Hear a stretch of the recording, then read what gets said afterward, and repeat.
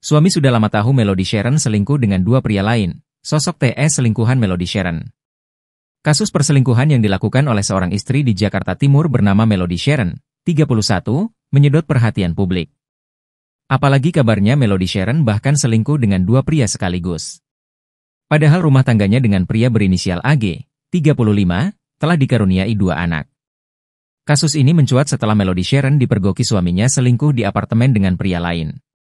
Namun bukannya meminta maaf, Melody Sharon yang kini ditetapkan tersangka kasus kekerasan dalam rumah tangga, KDRT, itu malah menyeret suaminya dengan mobil.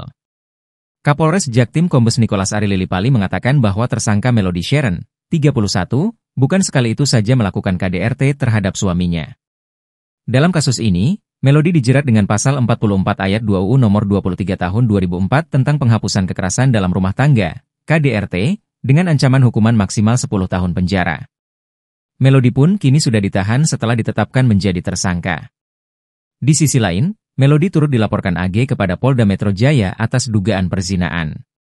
Selain Melody, Ade Ari mengungkapkan AG turut melaporkan TS yang diduga merupakan selingkuhan tersangka. AG, kata Ade Ari, sudah mengetahui dugaan perselingkuhan Melody sejak 6 November 2024 silam.